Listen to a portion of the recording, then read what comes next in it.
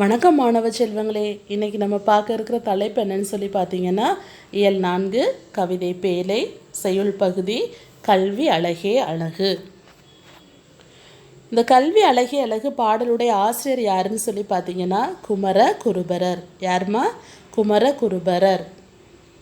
இவர் பிறந்த ஊர் தூத்துக்குடி மாவட்டத்தில் உள்ள திருவைகுண்டம். பெற்றோர் சண்முக சிகாமணி கவிராயர், சிவகாம சுந்தரி அம்மையார். இவர் இயற்றிய நூல்கள் கந்தர்களி வெண்பா, கைலை களம்பகம், சகலகலாவள்ளி மாலை, மீனாட்சி அம்மை பிள்ளைத்தமிழ், முத்து குமாரசுவாமி பிள்ளைத்தமிழ். இவரது காலம் கிபி 17ஆம் நூற்றாண்டு. நீதிநெறி விளக்கம். நூல் குறிப்பு. மக்களின் வாழ்வுக்கு தேவையான நீதிகளை சுட்டி காட்டுவதால் இந்நூல் நீதிநெறி விளக்கம் என பெயர் பெற்றது. கடவுள் வாழ்த்து உட்பட 102 வெண்பாக்களால் ஆனது.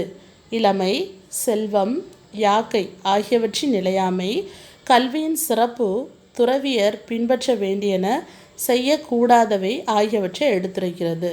இப்போது நம்ம ஒரு கல்வியோட சிறப்பை பற்றி தான் நம்ம இப்போ பார்க்க போகிறோம். சரியாம்மா? நுழையும் முன் பார்த்துடலாம். மனிதர்கள் தங்களை அழகுபடுத்தி கொள்ள எண்ணற்ற அணிகலன்களை பயன்படுத்துகின்றனர். அவை தங்கம், வெள்ளி போன்ற விலை மதிப்பு மிக்க உலோகங்களால் செய்யப்பட்டவையாக உள்ளன. ஆனால் மனிதனுக்கு அழகையும் உயர்வையும் தரக்கூடிய உண்மையான அணிகலன் எது என்பதை கூறும் நீதிநெறி விளக்க பாடல் ஒன்றை அறிவோம். நுழையும் முன்லேயே அருமையான கருத்தை என்ன செஞ்சுருக்கிறாங்க, நமக்கு சொல்லியிருக்காங்க.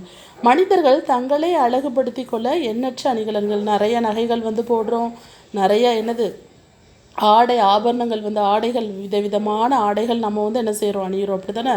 அதே மாதிரி தங்கம், வெள்ளி, வைரம் அப்படின்னு சொல்லிட்டு அவங்கவுங்க வசதிக்கு ஏற்ப நிறையா ஆபரணங்களை நம்ம அணிகிறோம். முகத்தை அழகு செய்ய சிகை அலங்காரம்.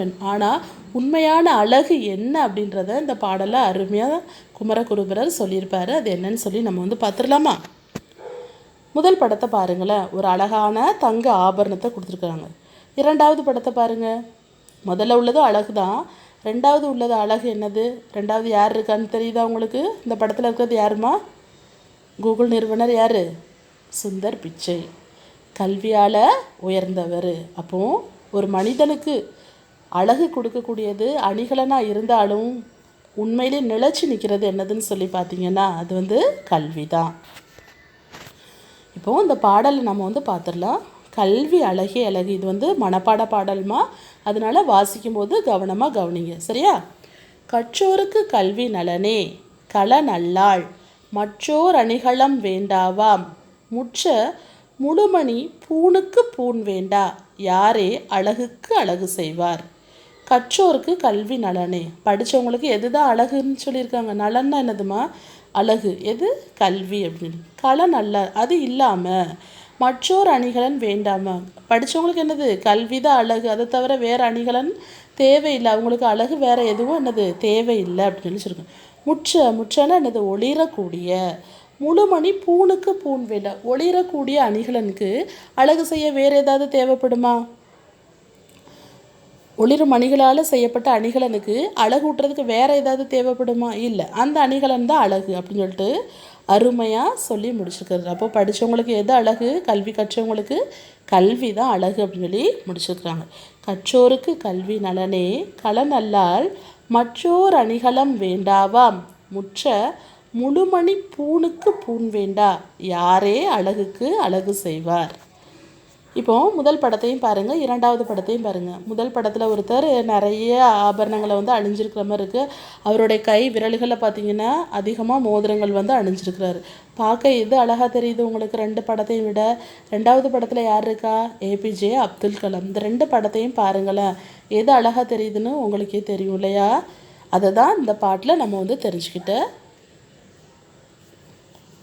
பாடலின் பொருள் பார்த்துடலாம். கல்வி கற்றவருக்கு அவர் கற்ற கல்வியே அழகு தரும். ஆகையால் அழகு சேர்க்கும் பிற அணிகலன்கள் அவருக்கு தேவையில்லை. ஒளிரும் அணிகளால் செய்யப்பட்ட அணிகலனுக்கு மேலும் அழகூட்ட வேறு அணிகலன்கள் தேவையில்லை அப்படின்னு சொல்லி முடிச்சுக்கிறாங்க. சொல்லும் பொருளும் பாருங்கள். கலன்னா என்னன்னு பார்த்தீங்கன்னா அணிகலன், முற்ற ஒளிர. மதிப்பீடு, அதாவது சரியான விடையை தேர்ந்தெடுத்து எழுது. கற்றவருக்கு அழகு தருவது தங்கம், வெள்ளி, வைரம், கல்வி. கற்றவருக்கு அழகு தருவது எது? கல்வி. சரியான விடை கல்வி. களனல்லால் எனும் சொல்லை பிரித்து எழுத கிடைப்பது. களன் கூட்டல் லல்லால், களம் கூட்டல் அல்லால், களன் கூட்டல் அல்லால், களன் கூட்டல் நல்லால். சரியான விடை இ, களன் கூட்டல் அல்லால்.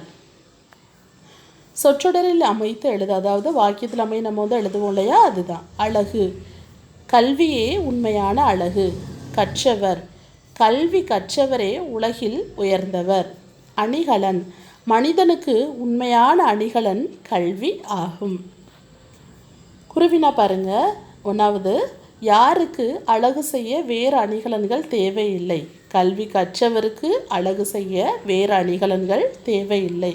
சிறுவினா 1, நீதிநெறி விளக்க பாடல் கூறும் கருத்துக்களை தொகுத்து எழுது. ஒளி வீசும் அணிகளால் செய்யப்பட்ட அணிகலனுக்கு மேலும் அழகுபடுத்த வேறு அணிகலன்கள் தேவையில்லை. அதுபோல கல்வி கற்றவருக்கு அக்கல்வியே அழகு தரும். அதனால் அழகுபடுத்தும் அணிகலன்கள் கற்றவருக்கு தேவையில்லை. சிந்தனை வினா பாருங்க. கல்வியின் பயன்களாக நீங்கள் கருதுவனவற்றை எழுதுக. நம்முள் புதைந்து கிடக்கும் ஆற்றலை வெளிக்கொண்டு வரும், அதாவது கல்வியோட பயன்கள். பகுத்து அறியும் அறிவை தரும். துன்பம் வருமுன் தடுத்து நிறுத்தும் அறிவை தரும். மெய்ப்பொருள் காணும் அறிவினை தரும். சரி, இப்போ இந்த கல்வி அழகிய அழகு பாடலில் பார்த்த பொருளும் விளக்கமும் உங்களுக்கு தெளிவாக புரிஞ்சிருக்கும்னு நினைக்கிறேன். நன்றி மாணவர்களே.